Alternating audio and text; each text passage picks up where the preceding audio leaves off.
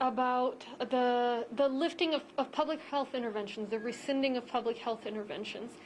And I want to point something out to the community that's incredibly crucial is, yes, there is a light at the end of the tunnel when it comes to this virus, but we're not quite there yet. Quite the opposite. We're very far way off from that. And so this is not the time to give up. This is not the time to promote more infections, to promote more hospitalizations, to promote more deaths for the sake of political expediency. What we need people to remember, what I need Harris County residents and the community to remember, is that we've gotten to where we are right now, avoided the worst fate that other regions have seen by wearing our face coverings, by avoiding gatherings, by avoiding crowded places, and that and to recognize that a rescinding of restrictions doesn't come with any reduction in the virus's contagiousness.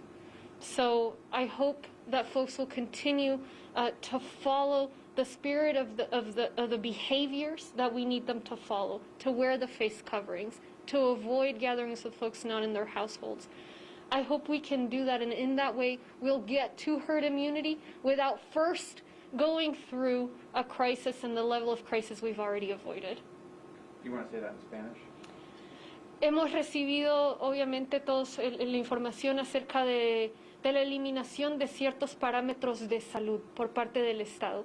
Y lo que quiero que sepa la comunidad es que este no es el momento de permitir más muertes, más hospitalizaciones, más enfermedades, solamente para ganar puntos políticos. Debemos reconocer que los pasos que nos han permitido hasta este momento evitar las crisis que se han visto en otras regiones, en otros estados, son los mismos pasos que tenemos que seguir tomando.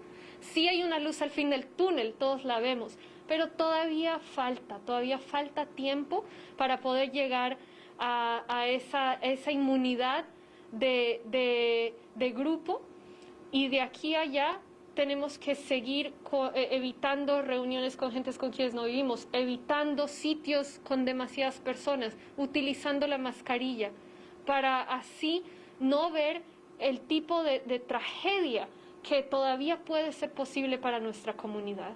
So why do you believe this was a move of political expediency rather than what is best for businesses and Texans in general? Look, only about 6% of Texans have been fully vaccinated, and we're working our absolute hardest in Harris County to get those vaccinations.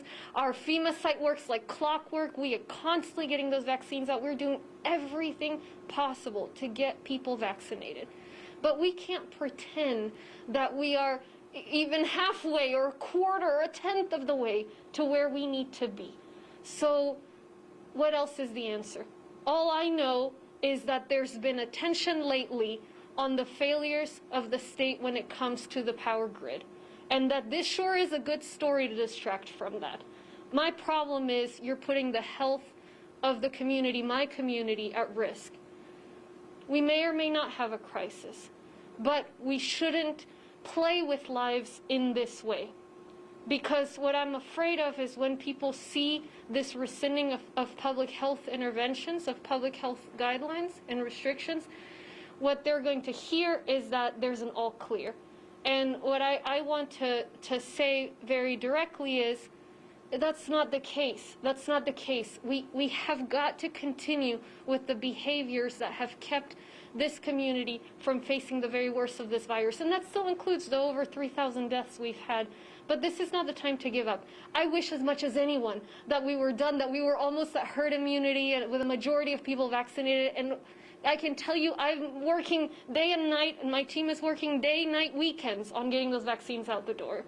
But we're just not there yet. We're just not there yet. And so when it comes to your ability to shape policy locally, the governor said that essentially you don't have any power until it reaches 15% hospitalization rate for 7 days. Is that the way you read it? Yes, what I read right now, the takeaway is what may be misconstrued as an all clear for the community, and that's why I want to be very transparent, very direct with the community to say it's not the time to change our behaviors. And then, of course, there are some rather limited actions that counties are permitted to take once hospitalizations are at a certain level. But you have to remember, El Paso, for example, they crossed that threshold. They took steps. They took steps. And yet their hospitals were overwhelmed.